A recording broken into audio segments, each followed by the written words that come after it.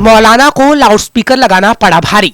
योगी ने लिया तगड़ा एक्शन, पुलिस ने घर से घसीटा। उत्तर प्रदेश में मौलाना को लाउडस्पीकर लगाना महंगा पड़ गया, जिसके बाद योगी ने ऐसा चाबुक चलाया कि कोई भी लाउडस्पीकर लगाने से पहले 10 बार सोचेगा, क्योंकि योगी जो एक बार ऐलान कर देते हैं उसके बाद जो उसका उल्लंघन करता है उसकी खैर नहीं।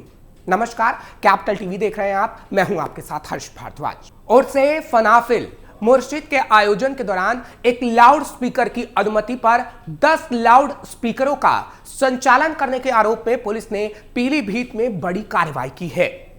दारोगा की तरफ से कोतवाली सदर में मौलाना समेत 2 नामजद और अन्य के खिलाफ भारतीय न्याय संहिता की धारा 223 के तहत एफआईआर दर्ज कर ली गई है।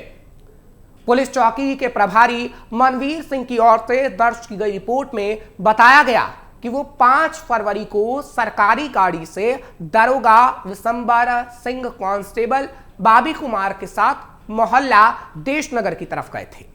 वहां पर मौलाना हसन मियां कदीरे पुत्र उस्मान मियां के सानिध्य में उर्स कव्वाली का आयोजन किया जा रहा था। इनसे उर्स की अनुमति मांगी गई। अनुमति में एक लाउड स्पीकर लगाने की अनुमति शाम 6 से रात 10 बजे तक की थी, जबकि मौके पर 10 लाउड स्पीकर साउंड सिस्टम बज रहे थे। मौलाना हसन मियां कदीरी अपने साथी शाहिद पुत्र आबिद अन्य कई साथियों के साथ उर्स के मुख्य आयोजकों की कमेटी में शामिल थे। आरोप है कि मौलाना ने न्यायालय और शासन के दिशा निर्देशों का उल्लंघन किया है। रमजान में नहीं बजेगा लाउड स्पीकर, जल्दी रमजान की शुरुआत हो जाएगी। ऐसे में सवाल है कि यूपी में रमजान में भी लाउड स्पीकर नहीं बजेगा, क्योंकि हाई कोर्ट ने भी कहा था कि लाउड स्पीकर बजाना अधिकार नहीं है, क्योंकि उससे दूसरे लोगों को काफी दिक्कतें होती हैं। सुप्रीम कोर्ट ने भी कहा कि अभिव्यक्ति की आजादी के अधिकार की बात की जा सकती है, लेकिन लाउड स्पीकर चालू कर कोई भी व्यक्ति इस अधिकार का दावा नहीं कर सकता। कोर्ट ने कहा था कि अगर किसी के पास बोलने का अधिकार है तो दूसरे के पास इसे नहीं सुनने का भी अधिकार है। अगर किसी को जबरदस्ती तेज आवाज में लाउड स्पीकर सुनाई जाती है तो यह उसके शांति और आराम से प्रदूषण मुक्त जीवन जीने के अनुच्छेद 21 से मिले मौलिक अधिकारों का उल्लंघन है। नियम नहीं मानने पर दिए थे सख्ती के आदेश। कोर्ट ने अपने फैसले में सार्वजनिक स्थल पर लाउड स्पीकर की आवाज का पैमाना तय किया था। कोर्ट ने कहा था कि सार्वजनिक स्थल पर लगे लाउड स्पीकर की आवाज उस क्षेत्र के लिए तय शोर के मानकों से 10 डेसिबल ए से ज्यादा नहीं होगी, या फिर 75 डेसिबल ए से ज्यादा नहीं होगी। कोर्ट ने यह भी साफ किया था कि जहां भी तय मानकों का उल्लंघन हो वहां राज्य सरकार लाउड स्पीकर को जब्त करने का प्रावधान करे।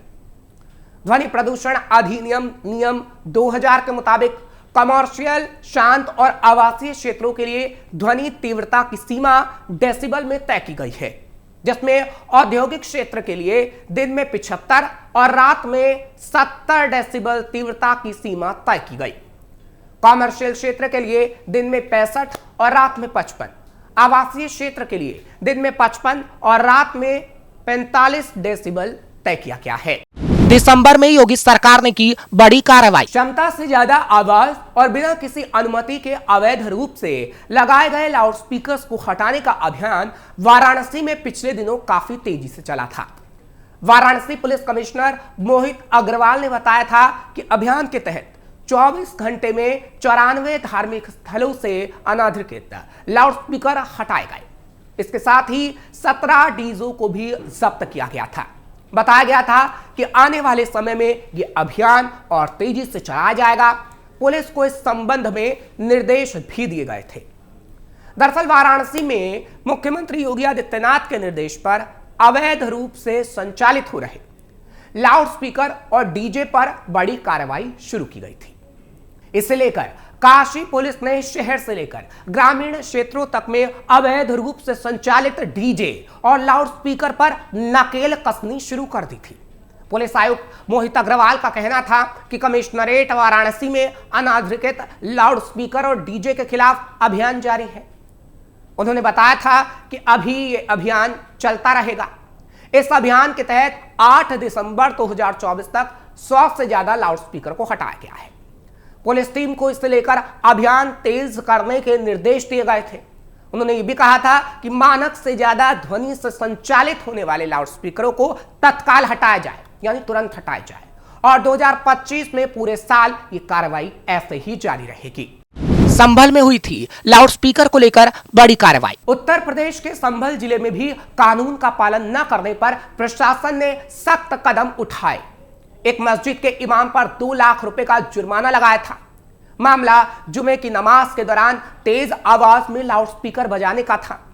संभल की उपजिलाधिकारी वंदना मिश्रा ने आदेश जारी करते हुए कहा था कि नियमों का उल्लंघन किसी भी सूरत में बर्दाश्त नहीं किया जाएगा। ये कार्रवाई धारा 151 के तहत की गई थी। इमाम को निर्देश दिया गया था कि अगले 6 महीनों तक वो इस आचरण को बदल ले। प्रशासन ने इसे कानून व्यवस्था बनाए रखने के लिए आवश्यक कदम बताया था। मस्जिद में लाउडस्पीकर पर पाबंदी का उल्लंघन। दरअसल संभल की एक अनार वाली मस्जिद में जुमे की नमाज के दौरान लाउडस्पीकर तेज आवाज में बजाए गए, जो प्रशासन के आदेशों का उल्लंघन था। मस्जिद के इमाम पर तेज आवाज में लाउडस्पीकर बजाने को लेकर 2 लाख रुपए का जुर्माना लगाया गया था। यह कार्रवाई धारा 151 के तहत की गई। मामले की जानकारी होने पर प्रशासनिक अधिकारियों ने तुरंत कदम उठाया और इमाम को जुर्माने के साथ हिदायत दी थी। दरअसल उप जिलाधिकारी वंदना मिश्रा ने कहा था कि कानून से खिलवाड़ को किसी भी हाल में सहन नहीं किया जा सकता। उन्होंने स्पष्ट किया था कि चाहे कोई भी व्यक्ति हो, नियमों का पालन न करने पर कार्रवाई की जाएगी। संभल में जामा मस्जिद के सर्वे के बाद हुई हिंसा के मद्देनजर पुलिस और प्रशासन पहले से ही सतर्क थी। मौलाना को दिया गया था भविष्य में सतर्क रहने का निर्देश। इमाम को न केवल जुर्माने का सामना करना पड़ा था, बल्कि उन्हें 6 महीनों तक ऐसा आचरण न करने की हिदायत भी दी गई थी। प्रशासन ने इस कदम को सांप्रदायिक सौहार्द बनाए रखने और नियमों का पालन सुनिश्चित करने के लिए जरूरी बताया था।